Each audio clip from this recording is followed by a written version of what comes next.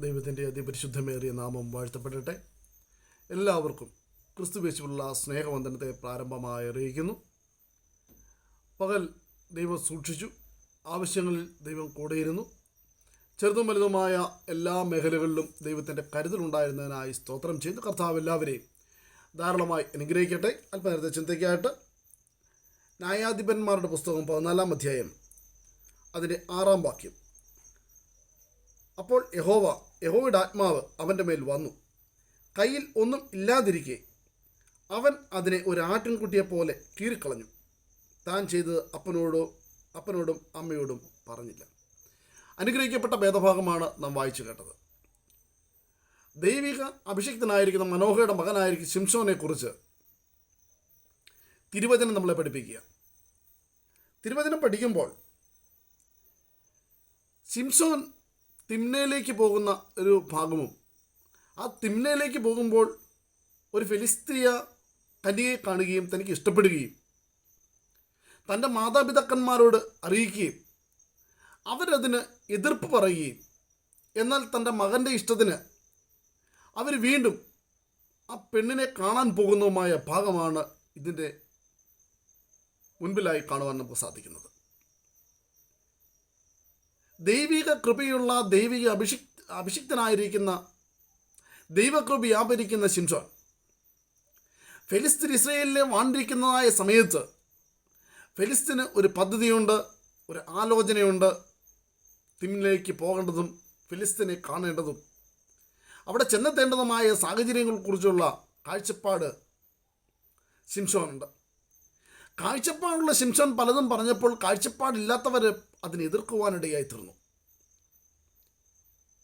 നമ്മുടേതായ ജീവിതത്തിലും നമ്മുടേതായ കാഴ്ചപ്പാടുകൾ, ആലോചനകൾ പറയുമ്പോൾ കാഴ്ചപ്പാടില്ലാത്ത പലരും അതിനെ എതിർത്തിരിക്കാം. എന്നാൽ കാഴ്ചപ്പാടുള്ളവനൊരു ലക്ഷ്യമുണ്ട്.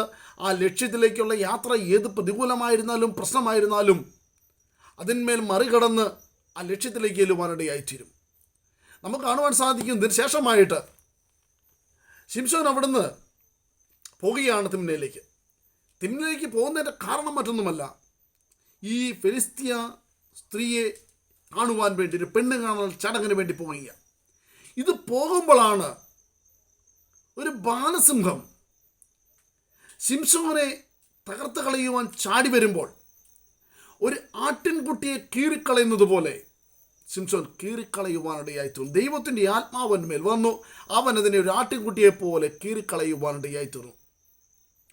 അഭിഷേകമുള്ള ദൈവികാലോചനയുള്ള ദൈവകാഴ്ചപ്പാടുള്ള ഇതിലെ നിന്നെ തകർത്ത് കളയുവാൻ പിശാചിന് കഴിയത്തില്ല.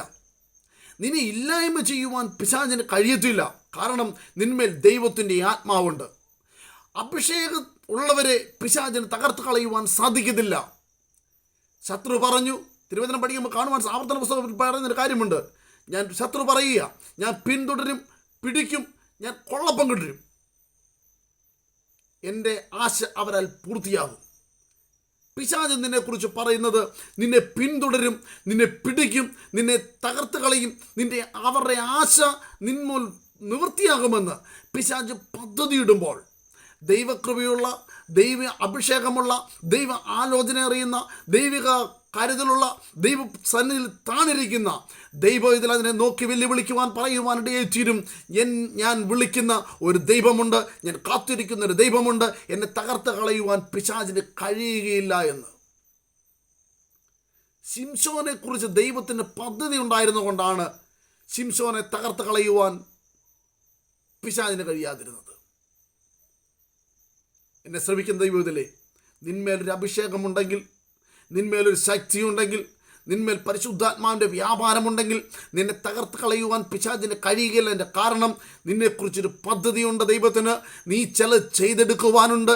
ഇന്ന് നീ തകർന്നു പോകുന്ന സാഹചര്യം ജീവിതത്തിൽ കടന്നു വന്നാലും ഭീരുത്വത്തിൻ്റെ ആത്മാവിനെയല്ല, പിതാവ് എന്ന് വിളിക്കുന്ന പുത്രത്തിൻ്റെ ആത്മാവിനെ എത്ര നിന്മേൽ പകരപ്പെട്ടത്.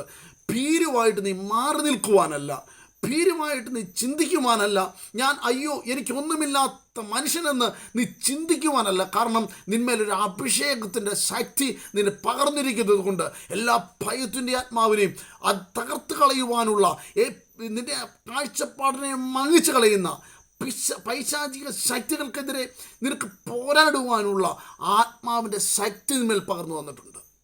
എന്നെ ശ്രമിക്കുന്ന ദൈവത്തിലെ ആ ശക്തി മനസ്സിലാക്കി വരുന്ന ദിനങ്ങളിൽ ദൈവത്തിൻ്റെ പദ്ധതിക്കായി കാത്തിരിക്കാം. നിന്മേൽ പകരപ്പെട്ട ആത്മാവ് പീരുത്വത്തിൻ്റെ അല്ല, അപ്പാ പിതാവേ എന്ന് വിളിക്കുന്ന പുത്രത്തിൻ്റെ ആത്മാവായിരിക്കുന്നത് കൊണ്ട് ഈ ദിവസങ്ങൾ അതിൽ മുറുകെ പിടിച്ചുകൊണ്ട് കർത്താവിൻ്റെ വരവിനായി കാത്തിരിക്കാം. ഈ തിരുവചനങ്ങളാൽ കർത്താവ് നിങ്ങളെ അനുഗ്രഹിക്കുന്ന ഒരു വാക്ക് ഞാൻ നിങ്ങൾക്ക് വേണ്ടി പ്രാർത്ഥിക്കുന്നു. പരിശുദ്ധനായ ദൈവമേ, സ്വർഗീയ നല്ല പിതാവേ, കേൾക്കപ്പെട്ട വചനത്തിനായി സ്തോത്രം ചെയ്യുന്നു.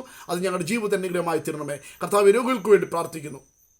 ഭവനങ്ങളിൽ രോഗികളായിരിക്കുന്നവർ, ഹോസ്പിറ്റൽ രോഗികളായിരിക്കുന്നവർ, കർത്താവെ മറ്റ് ഇതര സ്ഥലങ്ങളിൽ കിടപ്പ് രോഗികളായിരിക്കുന്ന എല്ലാവരെയും കർത്താവിൻ്റെ കരങ്ങളിലേക്ക് ഏൽപ്പിക്കുന്നു. അങ്ങയുടെ കരം തൊടണം കർത്താവെ, ഒരു വലിയ സൗഖ്യം കൽപ്പിക്കണമേ.